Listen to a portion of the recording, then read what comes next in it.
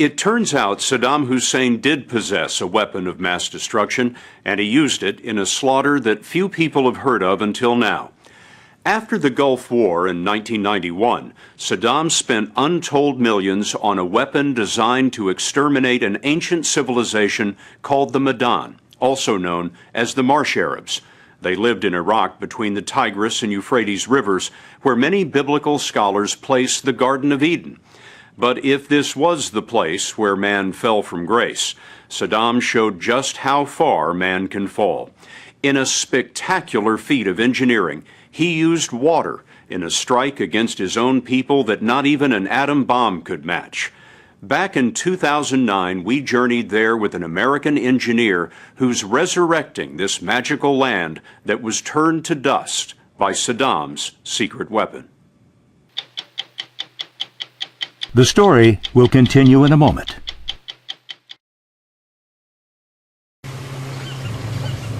We are now officially inside the marsh. And you can see the reeds getting denser and denser, taller and taller. Azam Alwash grew up in the water world that the Greeks named Mesopotamia, the land between two rivers. I got to tell you, this is not like any part of Iraq I've ever seen before. Right? I mean, when you say Iraq, it's a desert, right? It's burning oil. It's magical, is what it is. This is magic. It's been more than 30 years since he pushed through the reeds with his father, who ran the irrigation office here. So I have very warm memories of this place. In 1978, Alwash left to study in America and became a partner in an engineering firm. I achieved the American dream, Scott. You'd been living in the United States for 25 years. You were an American citizen. You married an American woman. Yes. Your children are as American as they can be. And I'm as American as can be. Why did you imagine going back to Iraq after the life you had built? I realized at some point in time that money and success and the American dream is not everything. Working on passion, on something that drives you, is everything. His passion is a world where Mother Nature meets Father Time. It's the cradle of civilization outlined by the Tigris and Euphrates, the likely birthplace of agriculture, the written word, and the wheel. But once the ancients set civilization on its course, the Medan stayed behind. Their villages are primitive. They weave a life out of the reeds of the marsh. They bind them into homes, feed them to their water buffalo, and burn them to bake their bread. There's not much in the way of electricity, education, or health care. But elders like Sahih Saleh told us they did just fine until 1991, when they suffered their own kind of Holocaust. That was when the U.S. and its allies invaded southern Iraq to throw Saddam out of Kuwait. But there's another way for the bloodshed to stop. The elder President Bush urged Iraqis to overthrow their dictator. To take matters into their own hands. The Medan and other Shiites in the south supported an uprising to topple Saddam's regime. The marshes, known for ages as a smuggler's paradise, turned out to be a perfect place for the rebels to hide, with their endless maze of waterways like these on the Iranian border. But in 1991, when the Allies withdrew, Saddam turned Eden into hell. The United Nations Environmental Program called it the biggest engineered environmental disaster of the last century. Saddam tried to wipe out the Marsh Arabs by destroying their world. He built 6 canals to divert the waters of the Tigris and Euphrates out into the desert and the Persian Gulf. In a 5-year project, he drained 90% of the marshes, an area of more than 3,000 square miles. As an engineer, I'm telling you, drying up the marshes is definitely not an easy task. It's a monumental engineering project. He put every piece of equipment available in Iraq under his control at the services of the projects needed to dry the marshes. Saddam was using water as a weapon. You know, the world was looking for weapons of mass destruction, and the evidence was right under its nose. This is a Medan village shot by National Geographic in the 1970s, when the marshes were the Middle East's largest wetland. And this is what most of the region looked like after the man-made drought. Hunter LC, War Dog 1-2.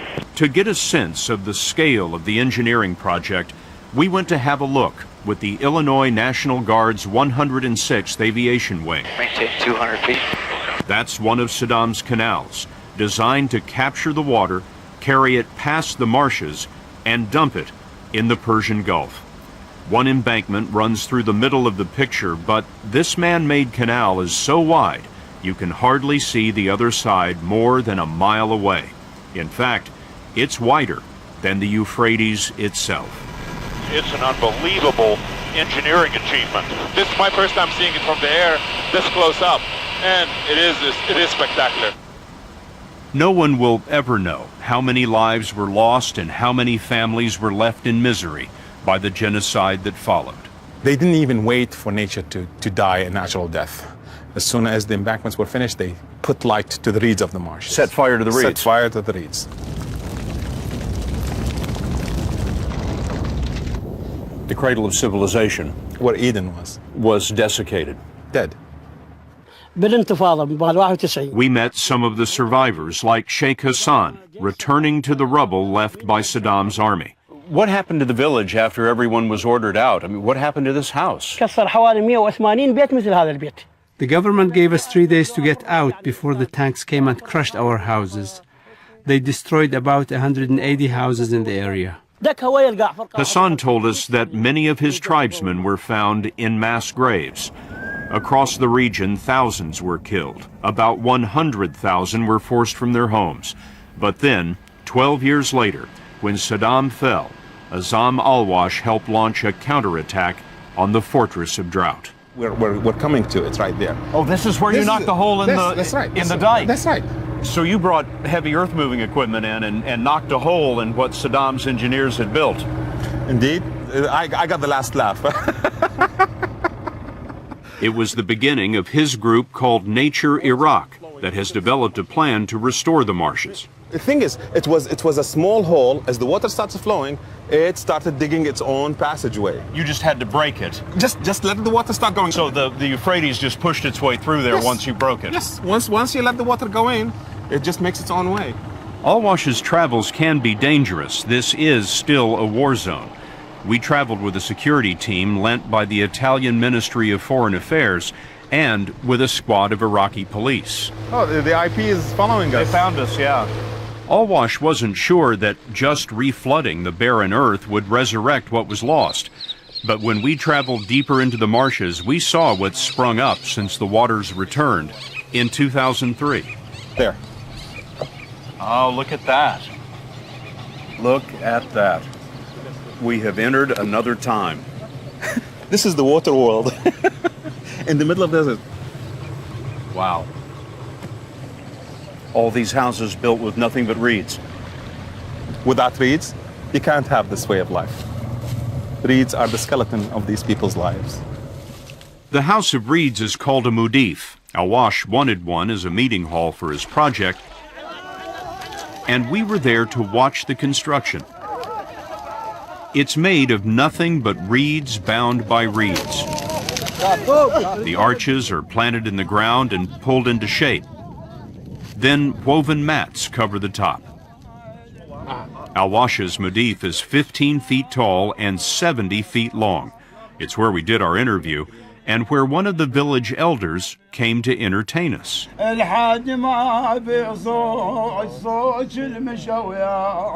a look at the mudif and compare it to this 5,000-year-old carving.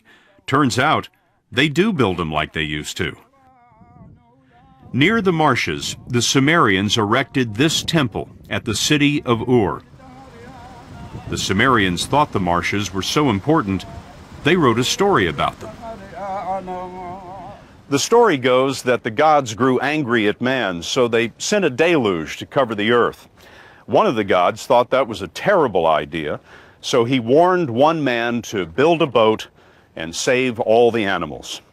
The people of this region came up with that story hundreds of years before the Old Testament gave us Noah.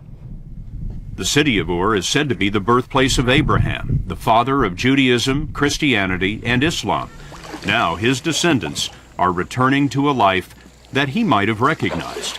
This cluster behind us is a cluster of about 3 islands built by generations, over generations. Dirt, reed, every time it settles they add a new layer. And that's how they make their islands. Yes. That's the Sumerian creation story, that God laid down reed mats and created man and created the world. Indeed, exactly.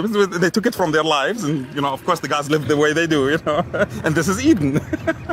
What's happening now is sort of a second creation story. Thousands of marsh Arabs have returned to this land since the reflooding began, and the Medan are rebuilding their islands with a few changes that Abraham would not have imagined. These people are restoring the marshes not because they're tree huggers like I am. They're restoring the marshes because they are trying to live. It's not because they love the birds flying or the reeds look nice. It's about livelihood. We saw that when we came up on a reed market. Families were bringing their harvest to a place where the new waters spelled the end of Saddam's road. What is your hope for this place? My hopes. I see the marshes as a destination for ecotourism. I see the marshes as a destination for archaeological tourism. But, that's a very nice picture. But this is a country at war. Yeah, okay. So, of course, the war is not going to last forever. If you're going to dream big. It's free.